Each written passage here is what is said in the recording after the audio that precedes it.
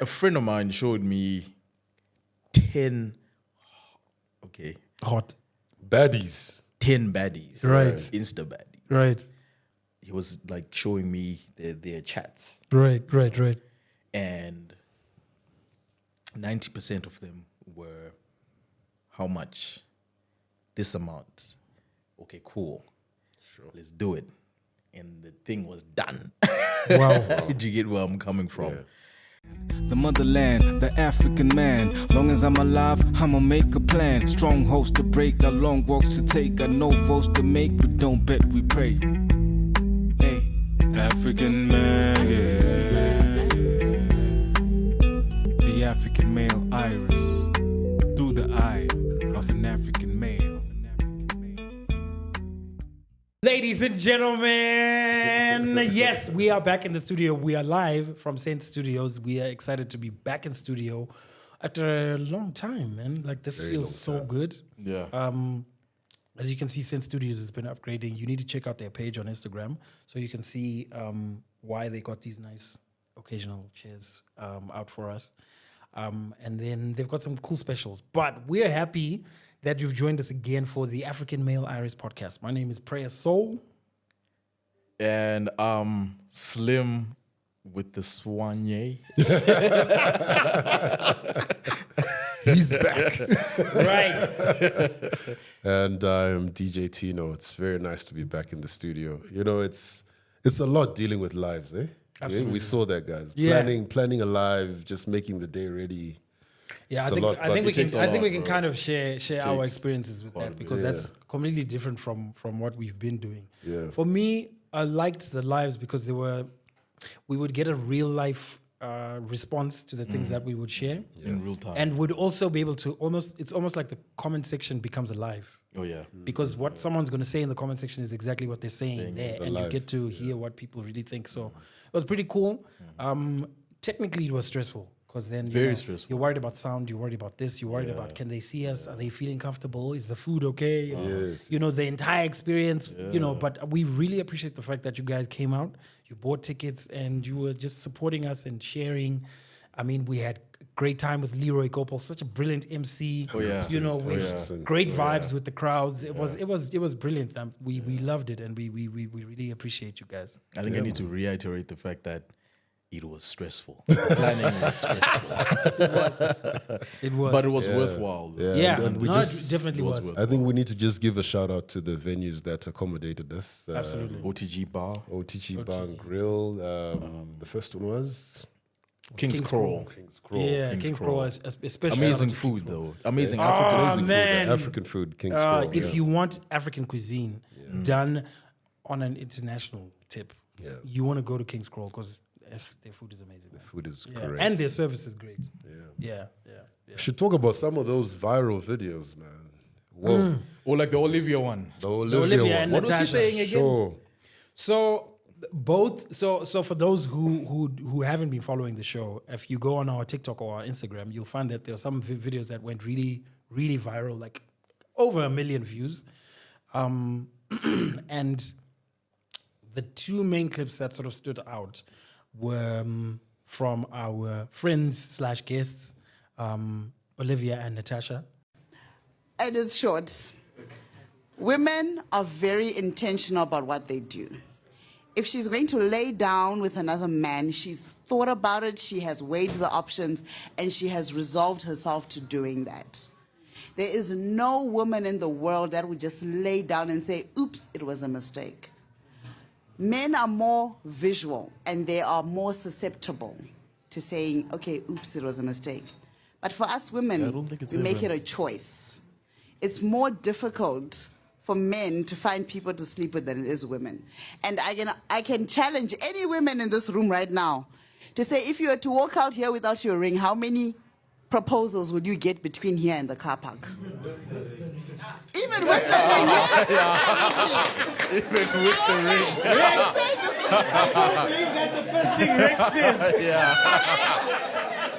It's like saying with this the right ring. now. When I got here for this recording, I sat at the bar, minding my business, and somebody bought me a whole bottle of wine without asking. So for a woman, it's way easier for a woman to get anyone who to sleep with without any effort than it is a man. Men have to work hard because us women, we will look at your car, we'll look at your watch, we'll look at your clothes, and I'm not about to do that to myself. But if I see you're coming out of a Lamborghini or a Land Cruiser or a Mercedes, I will consider. So when a woman cheats, she is on her way out. So I actually wanted to agree with both points that have been said earlier on. And one of the things I wanted to say, having been married and now not married, men actually do talk, but women, we don't listen. Because I'm looking back at the conversations that I would have with my ex-husband where he would express himself. And vividly, I can remember saying, yes, I hear you, but... And then I want to bring my point because I feel I need to be heard. Everything else that he's saying, unless my point is at the top, then whatever he's saying is invalid. Unless he acknowledges me first. And this is where I say as women, we are very selfish because outside of, once I got separated, like my sister, I got to talk to a lot of males just to understand where I got it wrong. Special shout out to Olivia and Natasha. Yep. Hopefully we'll get them in studio so that we can actually also follow up on what they've been up to. And also unpack what they really meant when... Yes. Oh, yeah. Absolutely. Oh, Yeah. So they spoke a lot about being accountable, And As women, yeah. As women as and women, as partners. yes. Yeah. And this is kind of like a topic we've sort of played around and discussed in previous episodes. And I think we were, as the three of us, obviously, we were discussing, trying to figure out why these clips were the viral ones. Because we talk about different issues and we've just got responses from different people. But we felt that it came from a place, or at least I think that the most, they came from a place where a lot of women are not so accountable for their actions. They're not able to look back and say, I actually was wrong. I felt like that was the biggest problem, especially based on the comment section and the way men came in and they were like, oh my gosh, this is the biggest problem. Women just never see that they're wrong. Yeah. So I don't know what you guys think, but do you feel that you are an accountable person for your action as a woman? This is a question that's straight to the women. And then to the men, do you feel that women know how to be accountable for their actions? Question though, is the question around women being accountable in general, or is it a question of women being accountable in relationships? I think in that particular context of these two viral clips, it was in a relationship context. Yeah. And I think just because there were so many men that would share that clip, and you would find it like we found people who downloaded it and reposted it on X and on other platforms. Like we started bumping into this clip. WhatsApp groups. It was crazy. WhatsApp groups, WhatsApp statuses, because people are like, oh my gosh, what does this mean? Yeah, and then there were a lot of women. And remember, there were a lot of and I'm like, and there were a lot of women that were trashing them, saying, "Oh, you're just saying that because you're just trying to get men." Yeah. And then some women were like, "Yeah, but this is also true." Like I had to learn this and blah blah blah. So I feel like that's something that I'd really like to like get into, because you really want to know if women can be accountable in a relationship setup. Because I think that, well, this is my personal theory. Yeah. I think that it becomes difficult for women to be accountable because if you're in a relationship, you're going to see the good and the bad with your partner, right? And when you see the good and the bad, you almost become the judge and say, I can't exactly be accountable to somebody who's done this to me. You know what I mean? So I feel like that's where it kind of comes from, because it's always very defensive when you hear the discussions around this, because it's always, oh yeah, no, the man has to be, he has to create an environment. Do you know what I wanted to say, Yeah. to add on to your point? I think the reason why women are less accountable than men is because relationships are structured in such a way that women are always on the receiving end of things. You know where I'm coming from? They're always on the receiving end of attention. They're always on the receiving end Gifting. of gifting. Yeah. They're always on the receiving end They're of the ones that are chased. yes, So naturally. almost right? like they So, feel like the prize. yes. That's how society what- has framed it for a long Do time. you get where I'm coming from? So naturally, if a woman is being, or rather, if a woman is on the receiving end of things, right, it means there's a certain bar that she sets for everything, Right. right? So the man has to meet that bar And, in all aspects of life and the relationship. So there's no way a woman could ever fault or be at fault because she's always on the receiving end. Do you get what I'm trying to say? but you know that Yes. Now men, So it's one of those. Well, I did not do this for you because you didn't meet this expectation. of mine. standard. You get what where Okay. I'm coming from? So I'm not Yeah. wrong. yeah. Yeah, so now you can't call me out on anything Yeah, because because you haven't ticked these boxes or get you where I'm haven't coming met from. these standards. Do you get where I'm so coming from? yeah, and I feel like that is like the biggest. Just looking at a lot of social media conversations around relationships, I feel like that is the biggest issue because it's almost like no one wants to be the first one to meet the standard because now there's also a bunch of men who are just like, yeah, bro, like some women are just not worth it. So Yeah. I'm just not even So going I'm to not waste just my gonna time. do it. Yeah. Yeah. It's actually and the- then some yeah. men, yeah. That's actually the point I wanted to raise to say it's the soft guy era now is coming up. Eh? Yeah. What do you mean? What is that? What do you mean? What is soft guy What's era? a soft- What do you mean? So now guys are starting to realize that wait a minute, We're actually the prize. I see where you're coming from. I've been hearing those chats but if- lately. if of Yes, I you bumped recall- into a guys, post and they're where like, some guy is "Dude, like, do you yeah, realize that you were actually the prize? I'm like, yeah, there was a guy who was like, yo, bro, if you're the one who's gonna chase, if you're the one who's gonna pay the bill, if you're the one who's going to be like, providing, Then why Then are you you- also need to check these girls and see if they're meeting the standards that the you standards want, that you because want. then Are they you're not worthy? gonna just pay for trash. That's true. Because if 100%. you're That saying is I'm gonna true. pay for everything, then what am I paying for? Like, Yeah, are you worth exactly. it? What Exactly. like is it gonna be worth my time? What is she bringing to the table? Exactly. besides Hey, the- and that table conversation, It bro. takes me back to the last live we had when we had Match and Catch, the speed dating guys, Right. Yes, speed yes, dating yes, team, where they were actually emphasizing that now. I think he posed a question to the crowd that, ladies, how many guys are actually coming out to chase you guys? Is it happening often now? And most of the ladies were like, no. It is Oh, I not. remember. That's when. Oh, that's when snap. Yeah, that's So when the men other are not lady- chasing anymore. Yes, they're not. they're not chasing anymore. Slim, why are you not chasing, bro? How? Why am I being put on the spot here? Because you're single, bro. In theory. No, Slim, you're not married. Is my point. Not in That's not practice. in theory. In theory, You know what? I really need to stop pushing this single narrative. It's getting me into a lot of trouble. you know, trouble. Really? Yeah. So do you want to like? Are you saying you want to shout out your girlfriend or what? No. Moving along. Neither did I say there's Right, one. right, Neither right. did I say there's one. So Yeah, okay. I plead the fifth. Yeah, Yeah, man. So No, but that yeah. I think that is very interesting because 100%. I think what's starting to happen is every time I speak to like unmarried guy, right? Because single it seems to be controversial. Every time I speak to someone who's like unmarried, they're just like, yo, bro, you just need to have money. Otherwise, you can't then really get that's into a it. relationship. They're not going to listen to anything. Nothing, None of these women want anything else except the money. And I'm like, oh, wow, really? Okay.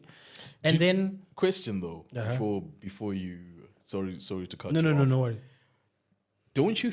Do you believe that the nature of today's relationships, right, and specifically speaking about money, is that it becomes more prevalent and more obvious as we get older, or is it across the board from your millennials right down to your Gen Zs? Definitely from across the board. It's now across the board. Because you think- even have young men as young as 19, 20 already saying, It's about the a money. chick my age it's about- is not it's even about the looking. money, is yeah. not even looking at me. I Eh? feel like But if you think about it, it's always been like that. It's just that right now it's it's a bit more exaggerated. Yeah, it's a little bit more elaborate. I think it's more elaborate because of social media. yeah, pretty much. Oh yes. Because what then happens is if a 19-year-old girl has the new iPhone 16 and then she posts a video unboxing it, and then she just talks about how, oh my gosh, he got me. She doesn't even tag him. she She doesn't just say says, anything. She oh my just gosh, said he got me the latest iPhone 16, blah, blah, blah, blah. And then there's this little kid who's 22, right? Like, come on, like the 22 kid is still trying to figure out who he is. Exactly. You know, got you. he's not going to have enough money to buy an iPhone 16. But then that's exactly the girl that he likes. I think that's the one thing that pains me the most, is how we've given power to young individuals that are literally leading a whole generation of girls, to be specific, Right. down the wrong path, and there's no one that's checking them. You know, I won't mention names, obviously. I don't want this to go viral. You should just mention names, bro. We get a lot of backlash, but there are a lot of young ladies who are, you know, glamorizing that lifestyle, the one that we just spoke about, and they Social don't actually constructs, realize. yeah. Yes, they don't actually realize that they have a million other girls that are looking up to them. Yeah, they don't care, bro. You know, Like, it's that really, want to emulate what they're doing. it's really just like prostitution with a nice filter. That's what it is to me. Like, that's exactly what it looks like. Because, I mean, if you just ask around, like if you ask around and say, yo, where can I get girls? Like, just make it a mission to just ask around a bunch of guys. You're going to bump into a guy who says, bro, let me show you. Let me show you. You're going to go grab your phone. They're going to be like, let me show you. This is $5,000. And they'll tell you this is because of the area. You know, this is Santon, so this is 10 grand. But I what- heard, yeah. this is not from you my heard. experience. The way Slim was like, I heard. Slim This is is- always this is not- pleading this the is- fifth. This is not me. what did you hear? What did Never you hear? done this before. What did you hear, Slim? But a friend of mine showed me 10, Hot. Baddies. 10 baddies. Right. Insta baddies. Right. Who seem as if, you know, they've got everything on lock. And he was like showing me their chats. Right. And 90% of them were, how much? This amount. Okay, cool. Sure. Let's do it. And the thing was done. Wow. Do you get where I'm coming from? And I'm like here thinking, these girls are actually earning an honest living. You know, they actually have their own thing going on, and yet It's crazy. It's a dishonest it's a living. facade. To add to that, Yeah, and then put pressure on younger the girls young- by not youngsters. telling them that this is what they're doing, and then that they you know, it and then they doesn't start make- posting scriptures from the Bible Exactly. about believe in yourself. You know, God knows do it. Jeremiah 29:11. For I know the plans that I'm like, bro. God has been great lying, to bro. me. there's a time I was coming from the airport and I got an Uber. Yeah. I think we need to interview an Uber driver on the podcast. You're Those right. guys have got There is stories. stories for days. Was- right? Yes. So this guy just started. I was like, you know, I just came from dropping a baddie here by well, they call them slay queens, of course. Of course. Dropped the slay queen here by the hotel here by the airport. Yeah, so I work with a woman. So he says there's a woman who recruits these ladies, right? Right. So Kind of like what Like a pimp. what's her name was being accused of. Cool. Tubejan. oh yes, Yeah, that having that kind of ring. Yeah, okay. So he said. Or Faith Nketi, what she was accused So he said Wow. she trusts him. So each time there's a foreign delegate who's coming out either from Dubai, from anywhere in the Middle East or Europe, she's now the connect. So when these guys are coming to South Africa for a week, for a few days, they send through a catalog of women Really? to these guys. So beforehand, Pick and choose before you land. beforehand, the guy is already chosen. He's paid the money. When he arrives, It's nice to have money. when he arrives, he's with that chick. Either he says he wants to be with her for 2 days, 3 days, whatever, paid for. So this Uber guy is like, I'm the one that transports these ladies Really? to the destinations that that these men will be, and that one is only international. Tell me something, bro. Are there any? Are all of the stories that come from such interactions positive? And I mean, like a fair exchange. He gets what he wants. She gets what she wants. I think there's a bit. To be honest with you, I feel like there's a big risk for these girls because they risk the fact they. I mean, Exposing if someone else, themselves to so if someone else is kind of running the business element of it, then there's probably going to be some kind of protection in terms of getting the money. But in terms of guarantee of this guy could be rich, but he could be sick in the mind, and he could rape one of these girls, and you're not going to be able to, And you're paid for, right? you're not going to be able to report this. I mean, you can, but I just feel like, it's just a big risk, especially with the rates of domestic violence that happen in South Africa. It's ridiculous. So it's a risky business. And I remember, I think we definitely need to get Uber drivers. Yeah. I remember this Uber driver telling me, he's like, bro, I love women. He's like, bro, I love women, bro. But I gave one of these chicks a ride. And she was pissed because she felt like she wasn't satisfied. This guy didn't make her come or whatever. But I think she had lots of wine, so she was horny. And then this guy didn't really do it. So this chick says, bro, do you think you can park someone just like give it to Put me out. Really? Yeah. And he was like, bro, this chick was a 10, like 9 at least.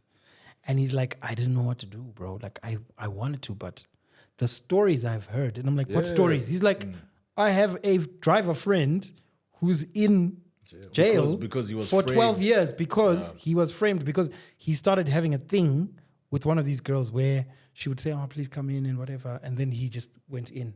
And then he started smashing. But I think he must have been married or something. Okay. So he smashes a couple of times.